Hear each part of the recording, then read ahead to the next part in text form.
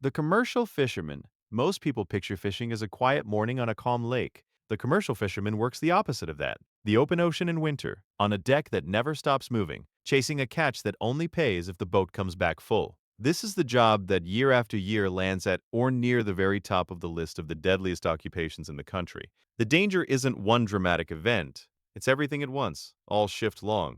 Crab pots weighing hundreds of pounds swing across a pitching deck.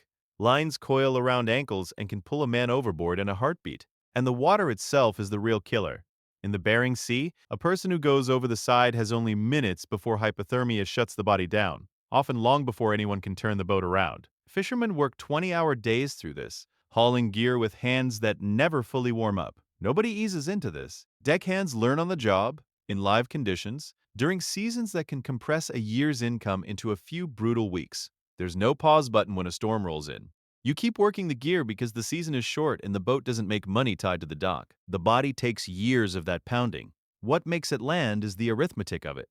The fatality rate for commercial fishermen runs many times the average American job, not because of one freak accident, but because the ocean gives no second chances. Every plate of seafood traces back to someone who chose to stand on that deck anyway. The logger. The logger has one of the highest death rates of any civilian job in America, and the reason is simple.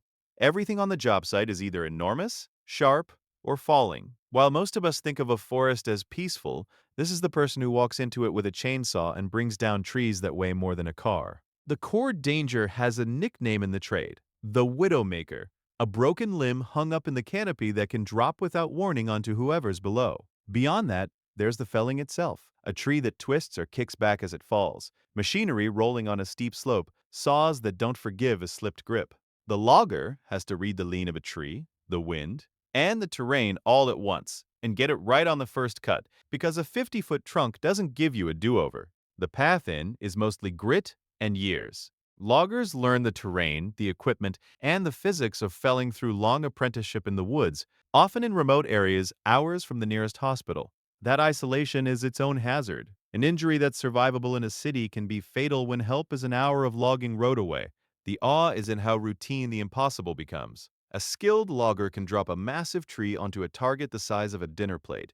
They do it in rain, on slopes, all day, knowing the whole time that the thing keeping them alive is their own reed of a tree that wants to fall the wrong way. The roofer. Start with the numbers on this one, because they're stark. The majority of roofing deaths come from a single cause: falls, and roofing consistently ranks among the deadliest trades in construction. The roofer spends the entire workday on a steep, sun-baked surface, 2, 3, or 4 stories up, doing precise work in the one place where a single misstep is unforgiving. The job is a stack of hazards layered on top of each other.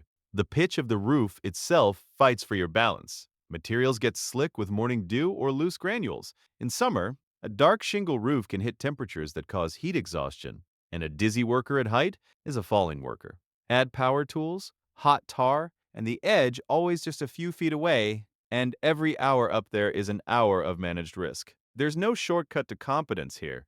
Roofers build it through seasons of physical labor, hauling bundles up ladders, learning to move on a surface that punishes hesitation.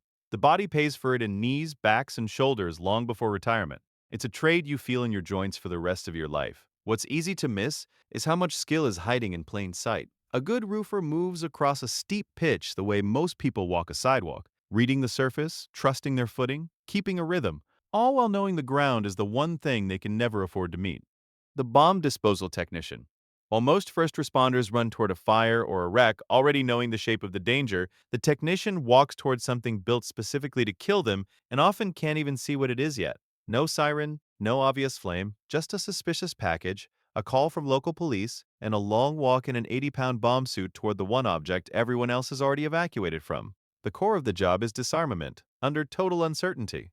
A device might be a hoax, a pipe bomb, or something rigged with a secondary trigger meant to kill whoever tries to disarm the first one. The technician often can't just cut a wire. Modern IEDs use pressure plates, victim-operated switches, even cell phones as detonators. So the real work starts with X-raying the device on site, sometimes using a remote-controlled robot to get a closer look before ever approaching by hand. Every choice, which wire, which angle, whether to render safe or detonate in place, gets made with the device inches away and zero room to guess wrong.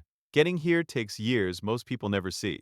Techs come up through military end-of-day schools or federal bomb tech programs, logging thousands of hours on inert devices before touching a real one, building the kind of muscle memory that has to survive the adrenaline of a live seam. Even after certification, the training never really stops. Every new device design on the news becomes something they have to study. There are only a few thousand certified bomb techs in the entire country. Each one accepts that their job, by definition, has no second attempt. That's not a stat most people think about walking past a controlled explosion headline. For the technician, it's just Tuesday. The High-Rise Ironworker. The ironworker builds the skyline from the inside out and does it standing on a steel beam a few inches wide, hundreds of feet above a street with nothing underneath. Long before a skyscraper has walls or floors, it's just a skeleton of raw steel. And this is the person who walks that skeleton to bolt it together. The daily reality is balance as a survival skill. Ironworkers walk iron, moving along narrow beams while carrying tools, guiding multi-ton steel sections swung in by crane, and connecting them by hand as the whole structure sways in the wind. Falls are the obvious killer, but there's also the steel itself, a load that shifts, a beam that swings, a pinch point that takes a hand. The higher the building climbs, the more the wind and cold at altitude turn an already hard job into a brutal one. You don't learn this in a classroom. Ironworkers come up through apprenticeships, spending years developing the nerve and the footing to work at height, until standing on a beam 40 floors up feels like standing on the ground. That fearlessness is trained, not given. And it's the thing that separates the people who can do this from the vast majority who never could. The payoff is written across every city. Every tower, bridge, and stadium exists because someone was willing to walk out onto open steel in the sky and connect it piece by piece. Most people will never once stand where an ironworker spends every single shift. The electrical lineman. When a storm knocks the power out and everyone else is told to stay inside, the lineman is the one heading out into it. This is the job of keeping the grid alive, and it means working on wires carrying enough voltage to kill instantly, often at height, often in exactly the weather that made them fail. The core hazard is invisible and absolute. High voltage lines don't need to be touched directly to be lethal. Electricity can arc across a gap, and an arc flash can burn at temperatures hotter than the surface of the sun. Linemen manage this with insulated gloves, careful grounding, and rigid procedure, all while climbing poles or working from a bucket, sometimes restoring live circuits so a hospital or neighborhood doesn't go dark. Add ice, wind, and exhaustion during multi-day storm recovery, and the margin for a single mistake gets very thin. The training reflects the stakes. Linemen go through apprenticeship programs measured in years, learning the electrical theory, the climbing, and the safety protocols that keep a routine repair from becoming a fatal one. Even seasoned linemen treat every line as live until proven otherwise, because the one time you assume wrong is the only time that matters. What lands is the quiet trade they make. The rest of us get to treat electricity as a switch on the wall. The lineman is the reason it works, standing in the storm, hands on the wire so the lights come back on for everyone who gets to stay inside. The commercial diver. The commercial diver works in an environment that's actively trying to kill them the entire time they're in it. Deep, dark, cold water, cut off from the surface, welding, inspecting, and repairing structures that no one on land ever sees. On offshore rigs and deep water projects, the job pairs the hazards of construction with the crushing physics of the deep. The dangers stack fast. At depth, water pressure can be immense, and coming up too quickly causes decompression sickness, nitrogen bubbling in the blood, which can cripple or kill. Divers manage this with slow, staged descents and sometimes days spent living in pressurized chambers between shifts. Then there's the work itself. Underwater welding mixes electricity and water. Zero visibility conditions mean working by feel, and equipment failure at depth leaves no quick path to the surface. The diver is often completely dependent on a single air supply and a team topside they can't see. The road in is long and unforgiving. Commercial divers train through specialized programs covering diving physics, welding, and emergency procedures, then log years of supervised work before handling the deepest, most dangerous assignments. The body absorbs the toll of repeated pressure cycles over a career. Here's the part that stays with you. Much of the infrastructure that modern life runs on, pipelines, rig supports, bridge foundations, is maintained by people working in total darkness, under tons of water pressure, with the surface a long way up. The diver keeps that hidden world running, and almost no one ever knows they were down there. The crop duster pilot. The pilot flies for a living, but not the way anyone pictures it. No cruising altitude, no autopilot. Agricultural aviation means flying a plane just a few feet above the crops, at full speed, threading between power lines and trees dozens of times a day. It carries one of the highest fatality rates in all of aviation, and the reason is right there in the flight path. The whole job happens in the most dangerous slice of sky there is. Flying that low leaves no altitude to recover from a mistake. A stall, a wind gust, or a wire strike that would be survivable higher up is often fatal near the ground. Pilots make tight repeated turns at the ends of fields, dropping back down to spray level again and again, all while managing the weight and chemistry of the load they're releasing.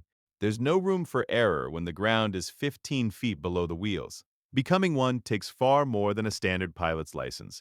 Ag pilots build extensive flight hours and specialized training in low-level maneuvering and chemical application before they're trusted to work fields solo. They learn to read every obstacle on a property, every wire, pole, and tree line, because at that altitude and speed, the map in their head is the difference between a routine pass and a crash. The awe is in the precision.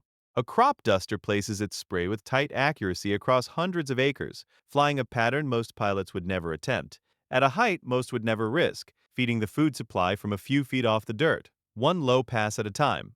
8 jobs, one thing in common. Every single one of them asks a person to accept a level of risk most of us will never face on our worst day, and then show up and do it again tomorrow. The next time you eat a plate of seafood, drive under a finished skyscraper, or flip a light switch after a storm, remember there was someone standing where you never could. If videos like this make you see everyday work a little differently, go ahead and subscribe. There's a lot more of it coming. And drop a comment below. Are you one of the people doing one of these jobs right now? Or is there one on this list you'd actually want to do? I want to hear which one.